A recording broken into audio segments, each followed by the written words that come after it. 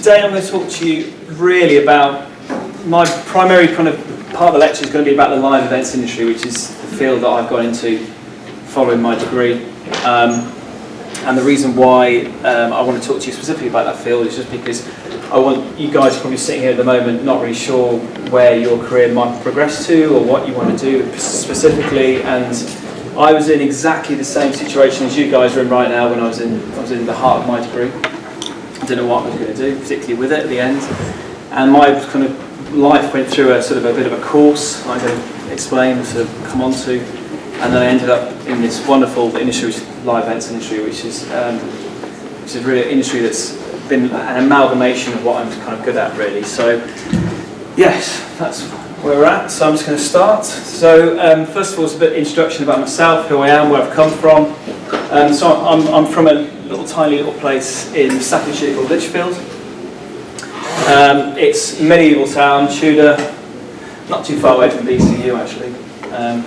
So I actually spent most of my degree, other than my first and third years, which I did a 4-year course, I'll come to in a minute, I spent most of my degree living from home, so that was really good. I went to a comprehensive school in Lichfield. Nothing too crazy about that. Then I actually started off a course at Sheffield University, so I graduated, didn't particularly know what I wanted to do. My parents were forcing me into a direction of business studies, so I actually enrolled initially at the University of Sheffield. It became very clear, very obvious that very quickly, I should say, that as I was doing my lectures, I wasn't particularly engaged with them at all. Came to the end of the first semester and decided to call it time out. So I got a job working at Boots in the photographic department for a year. Did that for the rest of my year between university, and then enrolled on the next academic year, which is 2004, at Birmingham City University, which did look a lot different back then to how it does now. This bit didn't exist back then. It was just that in the middle of a car park. This was all obviously start of the new development. And we also had some lectures over the Adrian Bolt Hall. So the course that I chose to do was music technology. So this basically nestled between two sides. So obviously the technology side of my course and the more intricate side, the technical nature of my course was primarily based at Millennium Point, and the more kind of musical side of it, apart from the sound recording elements, was based over the Adrian Bolt Hall. So it was split. That's before the diggers moved in and then turned it into that, apparently, by the year 2023. So yes, so back to Birmingham University. So basically my course, as I said, was music technology. Roy was my lecturer. Looks a bit different back then. And one of the courses that Roy taught me back then was music industry, and this was really the course that really kind of grabbed me, because for some reason I didn't realise that I did have quite a business kind of mind, and obviously I was a piano player and a musician at the time, so that was one of the courses that absolutely grabbed me. We came to the end of year 2, and Roy said to me, we've got some places going, we've got some links with some industry, and there's an ability for you to translate your course into a sandwich course. Sandwich course meaning that, of course, you've got, it's a gap into industry in the middle. So I was very, very keen to do that. So I actually got on a train, headed to London, and actually went and had a job interview at EMI. So Roy at the time had links with EMI. I think you still do, don't you? Not so strong anymore. Warner Brothers now, isn't it? Whatever it is. Got a few, but we were very strong with EMI at the time. EMI, yeah. So I actually went down there and went through a load of tests and went through a series of interviews and ended up working for the business development department. And I was like, what do you mean? But I didn't even know what business development was back then. My idea was basically that they sold CDs and they were delivered to a shop, and that was how the industry worked. So they just sold CDs in a shop. I didn't realise that there was potentially other bits as well. I thought potentially, is it to do with like logos and artwork? Do we sell logos and artwork to other people? Is it licensing of that? Wasn't actually to do with that either. What it was this thing. It was the copyright in the master of the recording. That was the whole crux. And the copyright in master recording is the whole framework in which ownership of music exists. So I was going back to Roy's lectures again. He told me about two parts of copyright in every single song. So there's the part that encompasses the actual musical composition, the lyrics, the notes, etc.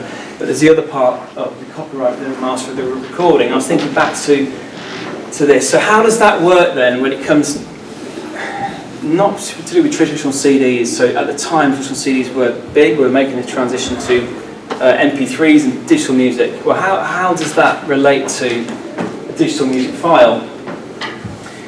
And the industry was going through a massive change back in 2007, 2008. Downloading illegally was rife. I'm sure you guys have seen some of these websites or know about them. LimeWire, BitTorrent, Napster, all illegal. There was a massive issue at the time with people of a certain age downloading music illegally. In fact, people thought that they didn't need to pay for music. And so the industry's response to that was, initially, we need to try and educate these people. We need to try and educate these people to buy. And of course, this was a solution that was never really going to work. So the department that we worked in was striking deals with brands that everyone knew about, knew to love, and was essentially giving people codes to allow them to sort of download music in their own time. And they could enter these codes into a website, and they could download the songs onto the iPod. So it was getting people in the habit of going to a place to download music. So just going back to the business development again, so in terms of that side, the department I was working in, obviously, we owned the music, and we could license that music out to these brands. So that was obviously the source of income for EMI. But also as well, we were gaining consumer data. So in the process of someone actually going onto the website to download these things, they'll be entering some data about themselves. And that data at that time was really important for them to try and understand the new generation. It was all about phones, devices, etc.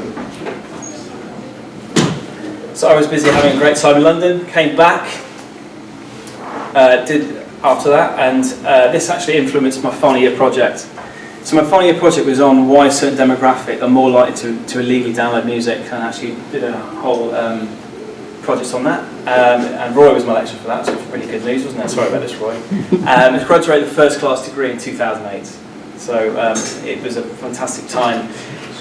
But 2008 was not a great time to go into the industry.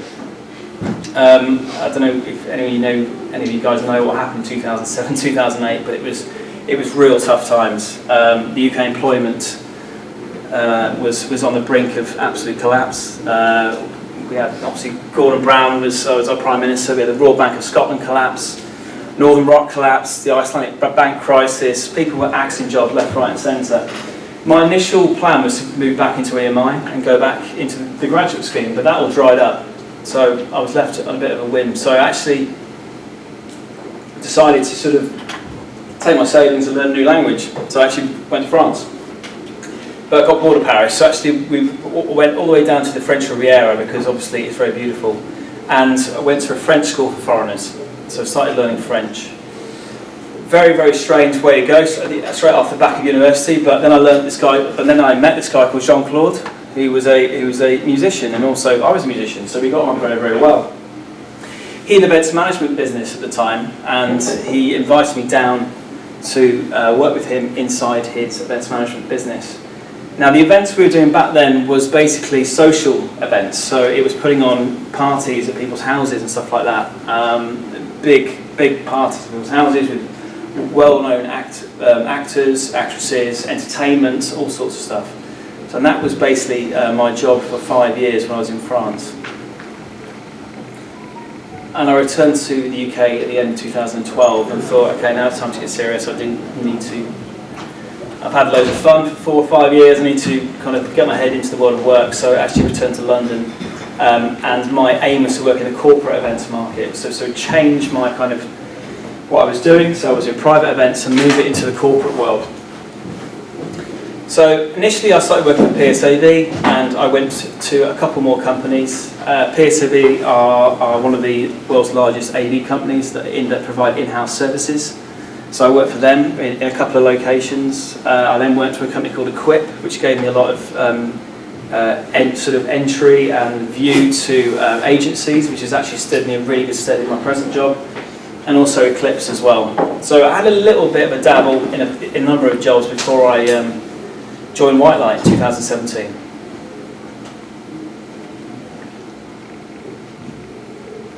Just some images of sort of the things that sum up White Light, really.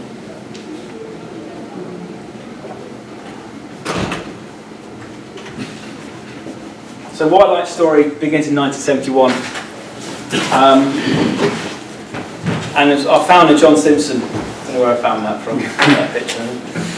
Founder John Simpson was a light designer in the West End, in theatre actually. And he was really struggling on finding certain types of lamps to light his shows. So what he thought he'd do is he set up a company with his mates to kind of give them a vehicle in which to get these lights from manufacturers and also house them somewhere and then light these shows up. Now, what was happening in the early 70s is a lot of Broadway shows were making their way from America to the UK. And obviously the West End was really coming into sort of full flow. And these American lighting designers were coming over and wanting pretty much exactly the same lights and everything, and the same effects in the UK as what they were getting abroad. So I'm sure Richard could explain what some of those things are, especially that thing in the bottom left corner. But basically, they wanted very specific types of lights, and there was no market for them in the UK in which to obtain those lights easily. So basically, John set up White Light to basically give them that vehicle, give them an ability to get lights from the manufacturers, store them somewhere, and then also set up a rental market. So we began to grow massively in that sector, and so by 1985 our turnover exceeded £1 million a year, which was a massive amount of money at the time. Obviously we had still had the influx of theatre coming over from the United States. We had Rent, Miss Saigon, Rocket Horror Show, Crazy for You coming over. By 2001 we were supplying 42 out of the 69 West End shows that were running at the time, so we were starting to monopolise that sector, so we were doing really, really well. We were absolutely at capacity back then. We were actually in a very small outlet in Fulham, and Richard can tell you that it was about this time where it was pretty much spilling out onto the road. So we had to upsize. So we actually moved out of Fulham down to our latest premises, which is in South Wimbledon. Now we have 25,000 square feet available and a lot more space, and this really gave the company the leverage to be able to sort of move up into the next kind of level. So it was about this time when the shows we were putting on were doing side projects, so having they were putting on parties and all sorts of stuff, and they said to us, well, you provide the lights at our theatre, can you just come show some lights on one of our parties or one of our sort of after school shows? And they were like, yeah, okay, and can you do a little bit of sound as well? So we were like, yeah, okay, we can kind of do that. So we didn't have a video and audio department at the time, we just had sort of lighting, so we had to go out and outsource video and audio from all of a bunch of other sort of suppliers. But we actually set up our approved suppliers list at about this time to start to give us the ability to work on certain venues in and around London. And this carried on to 2015, where we basically thought, we don't want to keep giving our money away to audio suppliers anymore, let's set up our own audio department. So that was what we did in 2015. It was at this time as well we also acquired Shock Solutions, who are a video company, a video and broadcast company, to give us a video arm. So then we had then we started the EVA department, which gave us audio, video and lighting all under one roof. It was at this time that we started venue partnerships. Now, before we were only on the approved suppliers list at venues in and around London. So venue partnerships basically is in two sides. So there's the approved side and the managed side. Now the approved side is when we're on the approved suppliers list at various venues around London and the UK. And then there's managed where we actually have an on-site team. This at this point did not exist. We just had the approved side. But in 2015, Richard Wilson here had a very great conversation with Central Westminster, and they were very interested in getting white light down and having us on as a managed supplier in-house. So we have had a series of successes with Central Westminster in the last few years. And just to explain what I do, because this is where I kind of come into it really. So I actually work at Central Westminster and I lead the team down there. We don't like to say we're the AV supplier or anything like that. We tend to think our skills go massively beyond audio and video. Of course, we're a lighting company for a start off. So we actually call ourselves the production partner. We have a very holistic approach to the whole proceeding. So we don't just look at one thing, we look at the entire operation as a whole, and we choose the best solution for the target market. We put substantial investment when we came in installed AV systems. So we put in, I think, £250,000 worth of kit into the building. So again, it was kind of looking at how the building was used, why it was used, how the clients were coming in, what the clients were expecting, and we were just thinking, how can we make this easier? So we put in a load of installed AV systems into various rooms in the building to be able to facilitate that. We also have a dedicated on-site team. I'll come back to that in a minute. And we worked seamlessly with the various departments in site. That could be marketing, that could be the porters, that could be everything. So being on site just gives us that ability to be able to understand what is going on and allow us to sort of sweat the asset in the most amount possible. 2017 was the next milestone. We added Claridge's, Connaught and Mermaid to the managed venues portfolio. And also we just took a look back at Central Westminster. So since we had started in 2015, by the end of that year, we had doubled turnover. So where we started at and where we were now, we're now operating at double the amount of revenue. So it was an absolute runaway success. Here's some pictures of some of the stuff we've been up to over the last kind of year or so. So the team on site. We've got a great team on site. So I lead the entire operation. We have Leah, who's my deputy manager. We have Alex, who's a sales manager. He works seamlessly with the team upstairs in the sales team. So he is literally getting the inquiries as they come through the door and putting us forward for the work as it comes in. He's also there to try and understand the client's requirements right from the very word go. And it's really important that we have that sort of contact right from the very beginning of the sales process. There's Fraser, who's my senior, and then 3 or 4 technicians at the bottom. So it's a very small but very succinct team, and we cover off the skills we need to do the events in-house very, very well. But of course, we're only one part of the vehicle that is white light. We call it SW19. That's our base name because it's based in SW19 as the postcode. And we have a bunch of expertise in-house as well as just that portfolio of working in venues. So obviously lighting is our bread and butter. We've been working in that industry for the longest.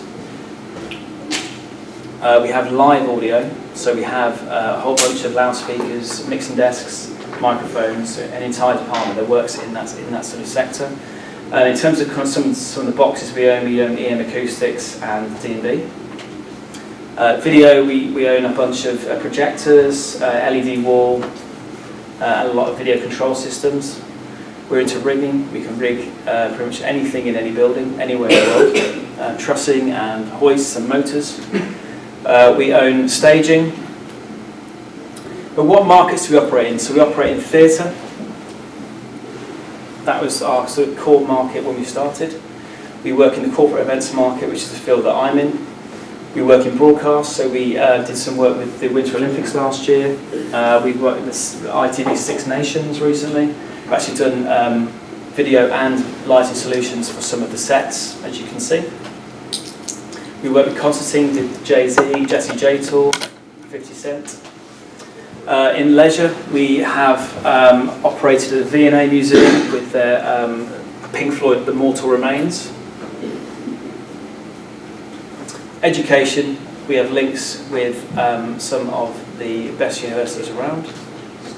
And trade. So basically every single lighting manufacturer will have a direct link with white light, and we actually represent over 100 suppliers, and we actually are I think 30 of them operate a service contract with us as well, so people can send their broken kit or kit that needs to be serviced into our warehouses to be serviced. And retail as well, so we've also put in lighting solutions at Westfield Shopping Centre and down at, what's the other one, Westfield and... Adidas, Selfridges. Worship, we're obviously in at Central Westminster and Westminster Abbey. Live event production. So, live event production is a strange one, and it's very difficult to define. You ask 10 people who work in the industry what live event production is, and you get 10 different answers. It essentially boils down to two essential components: communication and experience.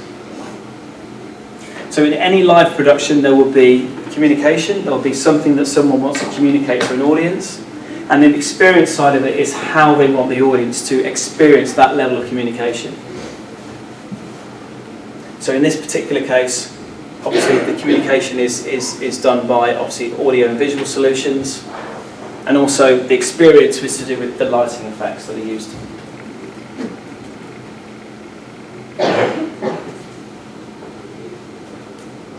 The communication side is what do they want to communicate to their attendees, and how do they want to communicate it? So how do they want their message to be conveyed? So that's all to do with the live events industry.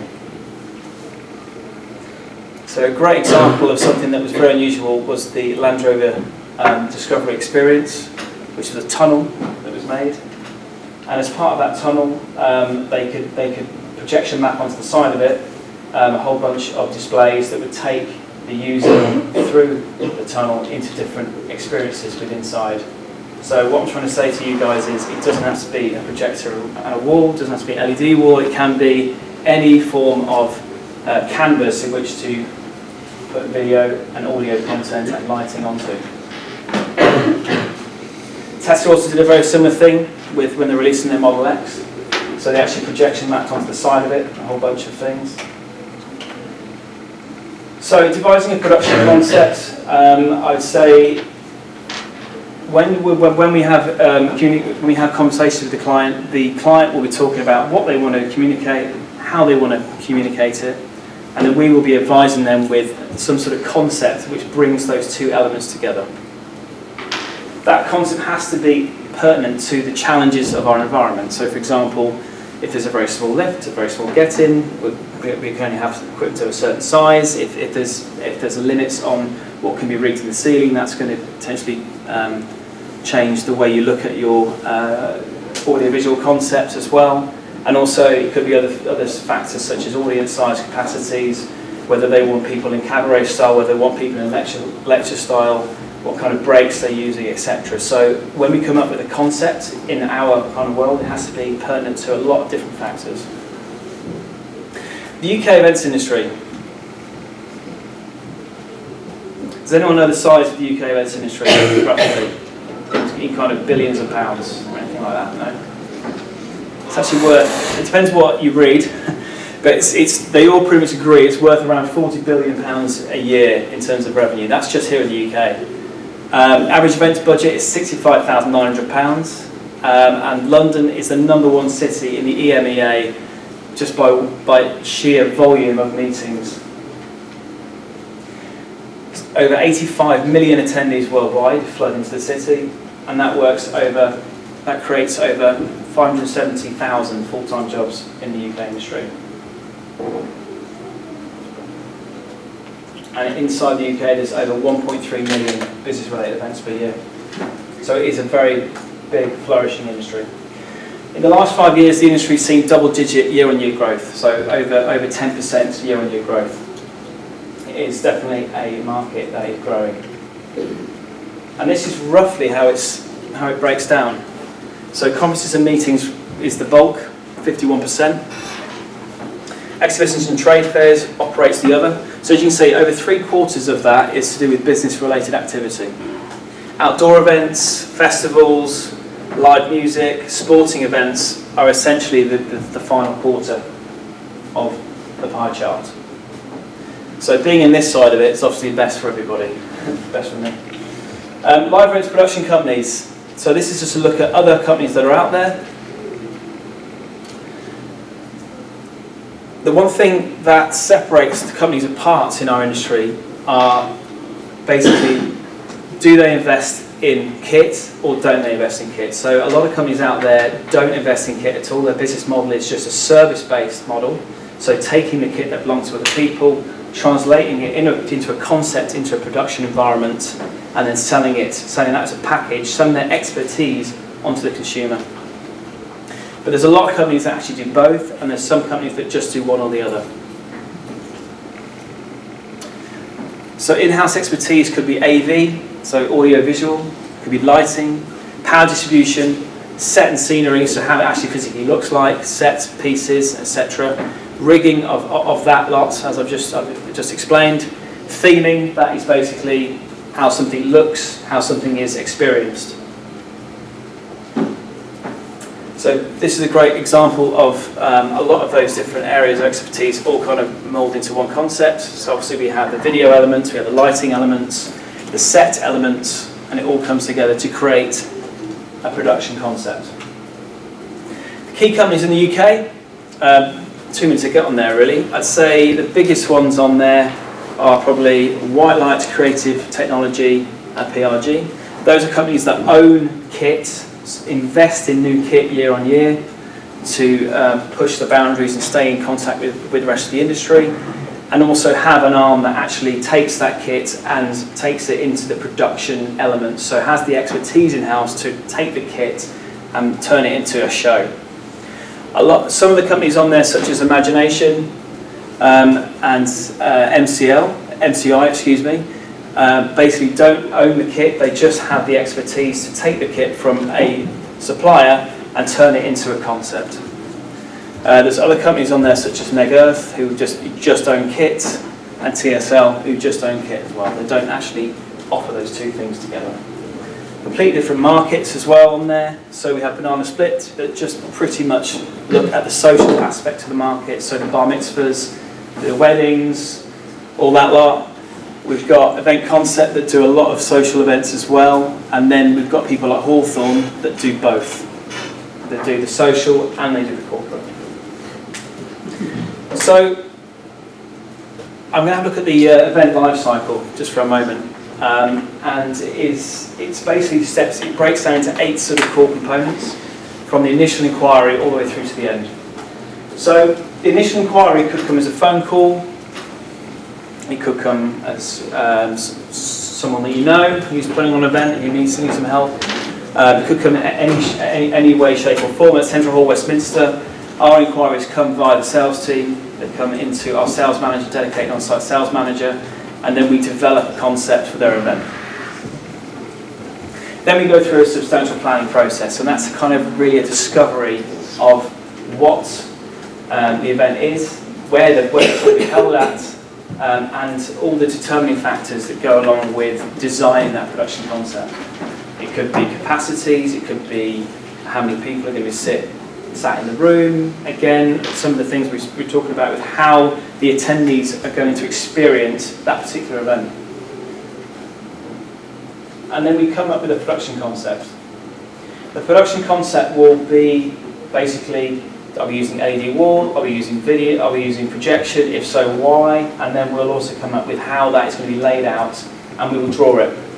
And this is an actual event that we actually put on for Netflix. So they came to us with the fact that they wanted a super widescreen concept. They actually annotated it, that's what all the X's are and stuff. The actual client actually annotated it afterwards. And I'll show you what the actual event looked like at the end in a minute. It's very similar to the render. So once they've basically signed off on the concept, they're happy with it, they're happy with how the content's going to be delivered, how the content is going to be communicated to the audience, and how they're going to experience the concept, we'll then go to quote, and that will go through a series of production meetings, which will then talk about the intricate detail about the show. It might be a bunch of presenters coming on at a certain time that need certain connectivities for their iPads or anything else, and that will tweak the quote slightly, tweak the concept slightly. We then finalise everything, and then we get the whole event signed off, and we go to the event live. So that's the very event that I just showed you of the render for. So Netflix, this was actually for the launch of the Planet Earth series, which was narrated by David Attenborough just last year. You can see the super widescreen production concept that went for quite a minimalist set and stage. And then we then go into post-event feedback. So what did they like, what did they not like? It's very important for client relationships to have that meeting at the end, even if it's something you don't necessarily want to hear. It's really important to maintain that for next time. So that part is actually one of the most important parts of the entire proceedings. It's also the part where you learn. So you learn basically what the client liked about the experience, what they didn't like about the experience, and that feedback affects the way you judge future inquiries. So it's the most important part of the process, in my opinion. Now, the industry is we're in a technological industry. So the industry is constantly trying to catch up, constantly trying to keep in contact. So it's very important for us to look at the future and try and read the future and try and be at the cutting edge of the future and the trends that are coming in. And one of the opportunities and threat, I could say, at the same time, is the whole technology in surrounding connectivity, internet speeds, cameras, video streaming, video conferencing. This was an event we did just last year at Central Hall, Westminster, where we were connected together 3 towns at the same time into the same event. So each town, Chicago, Illinois and London, were connecting via video link, and we could bring each town together into the same live event scenario. Back in the olden days, if a company wanted to put on, if a global company wanted to put on an event in London, and let's say they got offices in Shanghai and Los Angeles, they would bring their delegates from both sides of the world into one central location and put on a massive event. We're seeing less of this. It's more like the hub and spoke model now. So they're putting on smaller events around the world and connecting them all up. Opportunity and a threat at the same time, definitely. But it has massive, obviously, advantages to the companies. They can save loads of money in airfares, not flying people all around the world to one central location. And also in the growing world where companies have to show a certain care for the environment and put that easily into numbers as well, it's a great way for them to do that. I think the consumer relationship is changing towards technology. People are becoming exposed to technology now right from almost the womb, almost outward. And that relationship with technology is changing our path and the way that our clients think about technology, the way that they want to experience production as well, and also their behaviour on events. For example, people are less bothered now with a sit-down meal and are more interested with a grab bag and a networking session, as opposed to years ago where the food was more important. We're now seeing a massive shift towards the production elements. I think something else that should come into this opportunity and threat scenario is, will people always want to meet physically? Will they always want to come together as one? You've all seen this movie, Surrogates, I don't know whether you guys have seen it, where Bruce Willis basically lives his life from his bedroom, experiencing his life in the comfort of his own room. Well, this potentially could become a reality. I don't think, not quite in that terms, but it could become a reality. People might not necessarily want to meet physically in the same room, and that's something that we need to be very aware of. Political instability is something that's obviously that shifts our industry hugely. This is actually a graph of our actual real graph of our financial performance over the last kind of 4 years. It has a very distinct form to it. So obviously the dips at certain times of the year, so at Christmas and also in August. The yellow line was last year. So we had massive traffic up until the point of a false Brexit, because people didn't know what was going to happen. It dropped right off the cliff at the point of Brexit, went right back up again just before Brexit number 2, and came down again. Our industry is massively volatile to political instability, so that is another huge threat. New technology in our industry, LED, the rise of it. This is something that's very pertinent to video and lighting technologies. I couldn't find a very good picture of an old projector, but they were huge things, massive, weren't very bright, cumbersome. We're now going for these more and more and more, LEDs. And these LED walls are becoming more and more prevalent in all forms of production. They're light, they're bright, they're movable, they're easily rigged. We're seeing less bulbs, and they're being replaced in moving lights for LED. So the LED light engine now is so much smaller than the actual bulb units of years past. All moving lights now significantly smaller per kilowatt of power given, and offer huge energy consumption savings, up to 50% energy consumption on traditional bulbs. Another new technology process is the actual power of computer systems as well. So if we look at the Grand MA, which is one of the touring lighting desks that is used in a significant amount of sort of tour shows. So the original Grand MA was released in 1997, had about 64 DMX universes, gives 16,300 parameter controls at any one time. 10 years later, the Grand MA 2 came out with 256 DMX universes, so quadrupling the processing power. And just last year, the Grand MA 3 was released with up to 1,000 DMX universes, so 256,000 parameter controls at any one time. Massive, massive differential. Allows you to run much more complicated shows. The other thing that I've got, so Richard's going to talk to you in a minute about immersive technology, but is augmented reality. So augmented reality differs to virtual reality in the fact that we're not putting on physical glasses, we're not transporting people to a virtual environment. It's in effect an overlay of the actual real world in real time. So it's not beyond certainty to have delegates wearing glasses inside meetings in the future and having a delegate experience an event in a real-time scenario, so they get to go off onto a coffee break and meet their peers, but they still can have content presented to them via glasses. The advantage to there is it can use in unison with a local live environment, so you can actually see the actual environment that you're experiencing the content in, but you can actually control easily what each delegate sees, and you can actually change that depending on demographic group, depending on who they are, the position of the company, the sex, gender, anything. So you can control exactly what content goes out at real time. As we give content at the moment in live events where everybody is experiencing the same content at the same time, this you can potentially have several pieces, if not more, of content going out simultaneously. And it does maintain the whole concept of a live event, so interaction, people going downstairs, interacting with their peers. So it has a very nice concept like that.